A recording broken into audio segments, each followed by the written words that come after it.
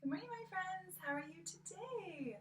Welcome to our lesson. I hope you're having a good morning so far and you woke up and you did some stretches and you got your wiggles out and your silly shakes out and you had some breakfast and washed your face and brushed your hair and brushed your teeth and you're ready for a fun lesson and day. So let's start by saying hello with our hearts. Hello from my heart to your heart. Good morning. And we'll say hello with our rainbows to all my friends. We're connected through our lessons and through our classroom. So good morning. And we'll start with the day. So, maybe you don't know what day of the week it is, but maybe you can remember what month it is. Can you remember what month it is? Did you say April? Yeah, it's April.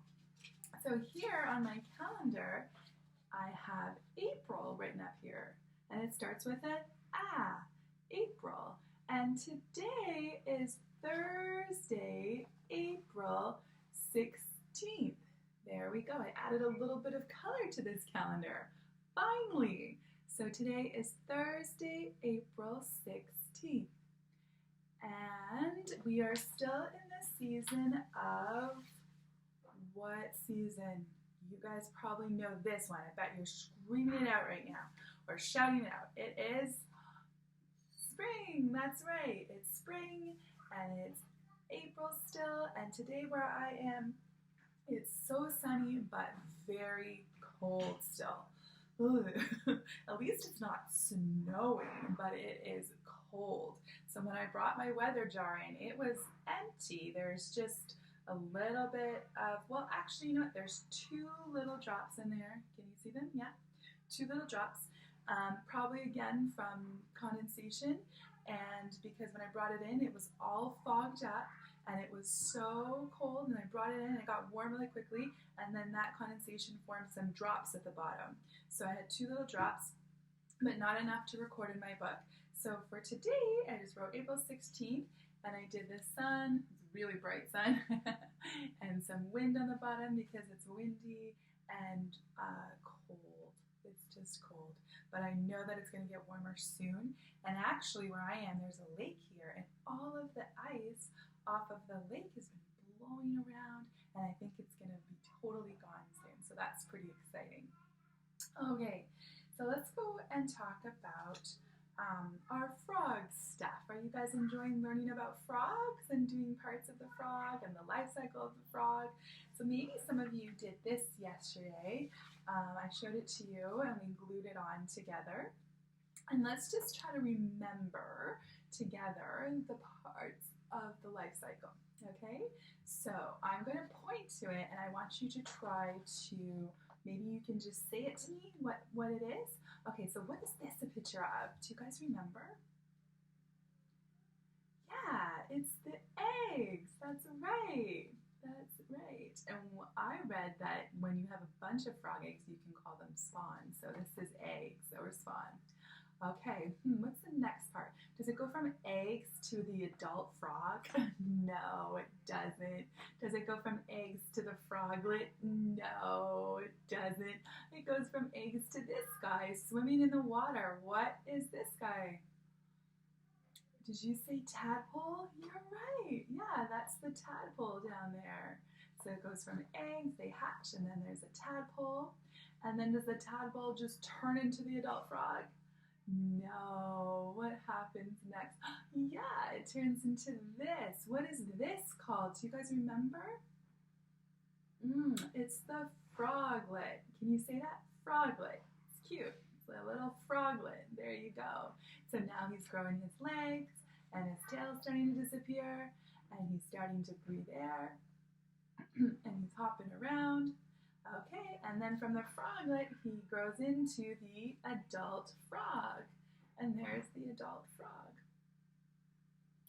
And this frog I colored was very green. Of course, frogs are all different colors, especially some of the frogs we find in South America and in Asia. There's red frogs and blue frogs and poisonous frogs, but the frogs that we find in Canada are generally green or brown or kind of like a dark green. They have great camouflage, so because of their colors, they can hide really well in tall grasses. Wood frogs are definitely the color of bark or wood, and so they can camouflage in there. So frogs have a really good ability to do that. So the other thing that I sent you was this, and this was part of that. Oh, yeah, sorry, that was upside down. Sorry, there's some writing on the back, but yeah, so this is part of the activity. And so the other thing that you could do here was cut out these parts of the life cycle and then glue them on. I don't have my glue, but you can glue them on, and maybe you already have. And so you put them in the right order. So first would be the eggs, and then would be the, what would come next? The tadpole, and then would come the froglet, yeah, and then would come the adult frog. So then also you could have this like little book or a little strip of the life cycle as well. So 2 ways of doing it.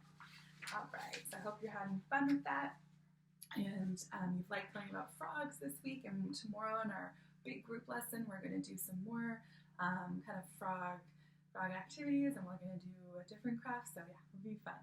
All right, so let's move on to some French. Let's start with how we're feeling today. So let's go. Aujourd'hui, ça va bien. Aujourd'hui, ça va bien. Aujourd'hui, ça va comme ci, comme ça. Aujourd'hui, ça va fantastique. Oui, bravo mes amis. So I hope you're having a fantastic morning. And today we're going to take this in French. So what was this called in French? La grenouille. Oui. Et on va prendre la fleur, the flower. And I thought we'd bring l'oiseau. So we used these last week, and this is our bird, l'oiseau, the bird, okay? So here we have these 3 things, and we're going to do the actions that they do. So we're going to make them do the action. So let's start with la grenouille, okay? So la grenouille, il saute. So he saute, he jumps. La grenouille qui saute. Okay.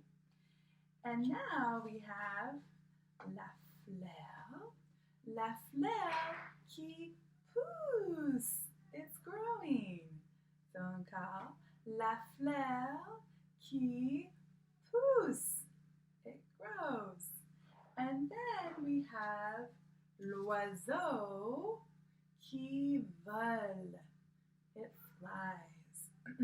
L'oiseau qui vole. There we go. Okay?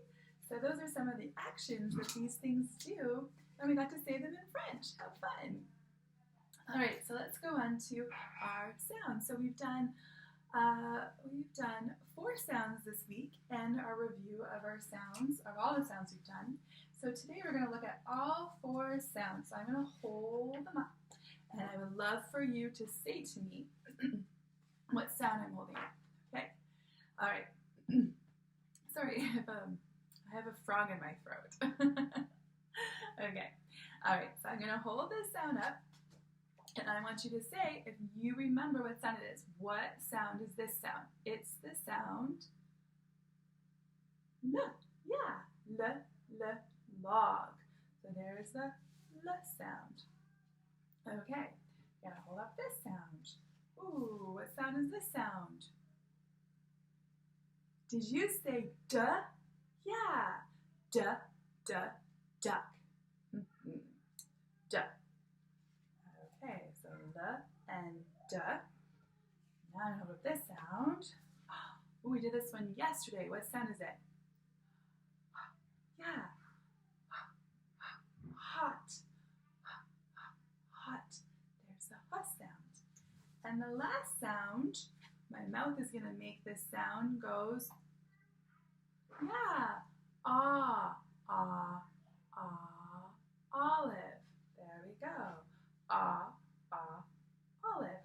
So there we have 1, 2, 3, 4 sounds that we've done. And we're going to take, maybe we'll just match one picture for each of them. So let me see. And then what we'll do is we'll play our knock knock game. Does that sound fun? Yeah. We'll mix them up because we have four to mix up, so that's good.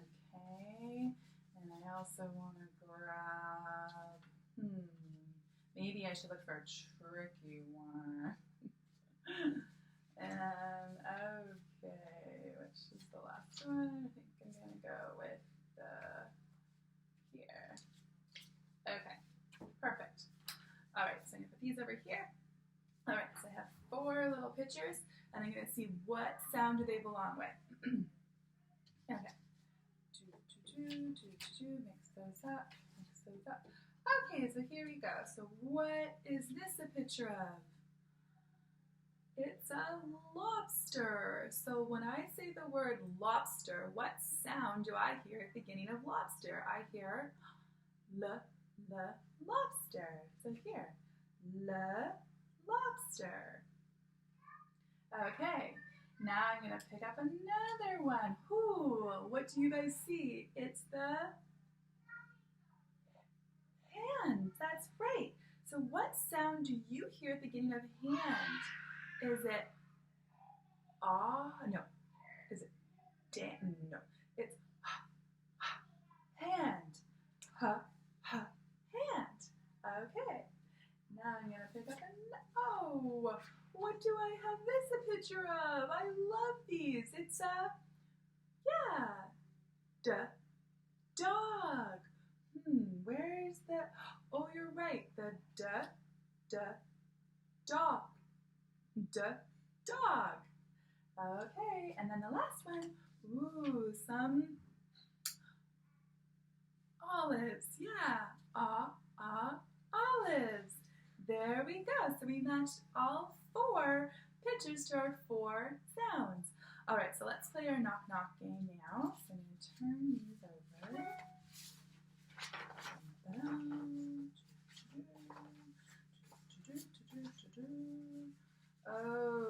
Okay. I'm going to slide them out. All right, so I'm going to knock, knock, knock. I'm going to show them to you. I want you to tell me what sound it is, and then I will say the sound. Are you ready? Okay, so who's there? Who's at this door? Oh, okay, I don't know if I know it. Let's see. Do you know it? What sound is it? Did you say L? Yeah, lake. Lake. There we go. Okay. This way. Knock, knock, knock. Who's there? Oh, what sound is there? Ah, yeah. Omelet. Ah. Good. Okay, 2 more. Who's there? Do I remember this sound? Do you remember this sound? It's the sound, yeah, hot. Hand. Awesome. Last one. Knock, knock, knock. Who's there? Oh, who's there? Duh. Yeah. Dog. Or drum. Drum. There we go. So there's our 4 sounds. Good work, my friends. Okay, so now we're going to move on to our numbers. So yesterday we did something pretty cool. We took out our numbers 1, 2, and 3, and we looked at the bead stair like this. And we also had these that we had colored, or that you had colored at home if you would like, or you can just use the printed colored ones. Or if you cannot print, you can just make some little circles, some little dots on a paper and use those too with markers or pencil crayons or crayons. And then you have your number cards that we've been using. Okay, so yesterday we did 1, 2, and 3, and today we're going to match up until 5. All right. Okay, so I'm going to quickly just put my beads here. Maybe, I hope you can see okay. So 1, and then 2, and then 3, and then 4, and then 5. Okay, so it's in the same order as the bead stair. And the other sheet I sent you, in case you have that one too, is some really big circles with the numbers beside them. So maybe you colored those as well. Basically in Montessori, as you guys know from our class, every number from 1 to 10 has a color. Okay, so we always use the same colors to show those bead numbers. Okay, so it's the numbers, it's the bead colors that we use in the class. So we're just trying to make those at home so we can use them for counting and for addition and subtraction. So that's what we're working towards. All right, so we have all our number cards here, and I'm gonna put them out. So I have number 1, I have number 2, I have number 3, I have number 4, and I have number 5. That's right. So 1, 2, 3, 4, 5. Just like how when we were doing our frog song, which we'll do later, we had 5 speckled frogs. Okay, so then down here, I have 5 pieces. So I have 1, 2, 3, 4, 5, and they all have a different amount of beads on each. So I'm going to start with the first one, the red bead here, and I can see that on it I just have 1 bead. So I'm going to match it to my number 1. Okay, then I have number 2. Which one? Oh, this green one has 1, 2. So I'm going to take my 2 and I'm going to match it to number 2. 1 and 2.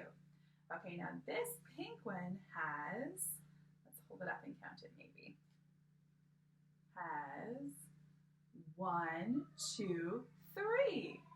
3 beads on it, and this is my number 3. So I'm going to match it to number 3. Awesome. This is my number 4. And I think that this one here has 1, 2, 3, 4. Yeah, it does. 4 beads. So I'm going to match it to 4.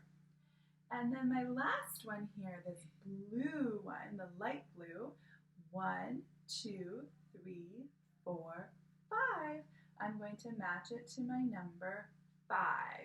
Okay, so that's all I really want you to do today. It's not super complicated, but it's good to just practice matching them and counting them. And again, we're going to keep using them. We're going to learn all our beads, and then we'll use them for different things. Okay, so beads to 5 and matching, and I hope you have fun with it. All right, so I'm going to put it away. And even if you want, you can glue your bead paper onto a bigger construction paper so there might be easier to work with. That's another idea. All right. Okay, so I know you've been waiting for this, right? Our 5 speckled frogs. So let's sing our song together, and hopefully you had a chance to make this at home or make a version of this at home. Maybe you drew your frogs. Maybe your frogs are just on a log construction paper, whatever you want to do. All right, so here we go. 5 green and speckled frogs sat on my speckled log, eating the most delicious bugs. Yum, yum. One jumped into the pool where it was nice and cool. Then there was 4 green speckled frogs. Glub, glub. 4 green and speckled frogs sat on a speckled log, eating the most delicious bugs. Yum, yum. One jumped into the pool where it was nice and cool. Then there were, how many? 3 green speckled frogs. Glub, glub. 3 green and speckled frogs sat on a speckled log, eating the most delicious bugs. Yum, yum. One jumped into the pool where it was nice and cool. Then there were two green speckled frogs. Glub, glub. Two green and speckled frogs sat on a speckled log, eating the most delicious bugs. Yum, yum. One jumped into the pool where it was nice and cool. Then there was one green speckled frog. Glub, glub. One green and speckled frog sat on a speckled log, eating the most delicious bugs. Yum, yum. She jumped into the pool where it was nice and cool. Then there was no green speckled frogs. Glub, glub. There, so that song's so fun because it's a little bit of math because we're counting. Whoops, that one went backwards. We're counting and we are subtracting a frog away each time. So I hope you sang with me, and we'll sing it one more time tomorrow with our whole class. Okay, so today for practical life, I have my same placemat, and I have my pouring jug this day, and instead of pouring water, I'm going to pour some rice, okay? So this is rice with a little bit of quinoa in it. That's what the black parts are. So I'm going to just basically practice pouring like I did yesterday with the water, where I support my pour. So it's really important to use two hands and use this hand to guide your pour. And also I used a clear dish so I could see how full I'm filling it. And I'm going to try to fill this up just to the very top ridge. Okay, so I'm going to try to fill it up to the top ridge. And I want to go slow, and I'm trying really hard not to spill any of my rice around it. Okay, so here I go. So these hands, and then this hand is so important because it's guiding and supporting my pour.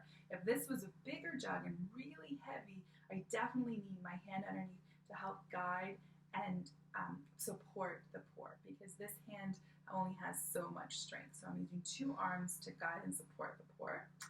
And I'm looking inside my jar. It's really important that I can see above my jars or my pouring. So if I'm trying to pour over above my head, it would be hard for me to have enough strength to do that and to see properly.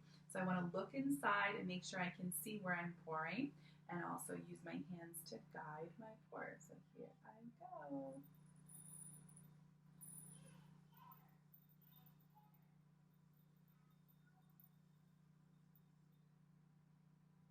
Okay, I guess I didn't put that much rice in here. I have a little bit more I can keep pouring. So as I get to the bottom, I'm definitely having to have more control because I don't want it to just fall out the top all over the place. I want to definitely try to guide it so that it comes out slowly. And there. I got all of it out. So that's as much as I had. I guess I should put a little bit more in. But yeah, so there we go. So there's my rice and my quinoa inside my jar. And I was able to go slowly and stop it from pouring out all over the top. Okay? So then you could just keep practicing by pouring it back in. Easy, because it's a big open wide thing. And maybe your jug looks different than mine. Maybe yours has a lid on it. So that's part of it. Maybe it has a longer spout, maybe you're using a little teapot, whatever you have to use. But yeah, have fun practicing with that. And we will say goodbye to my friends. So goodbye, my friends, through our lesson and our rainbow. Bye. And goodbye, my friends, from my heart to your heart. I hope you had a fun lesson, and I'll see you tomorrow. And tomorrow, yeah, we'll do some different things. I'll read you a story, and yeah, have a good afternoon. Bye.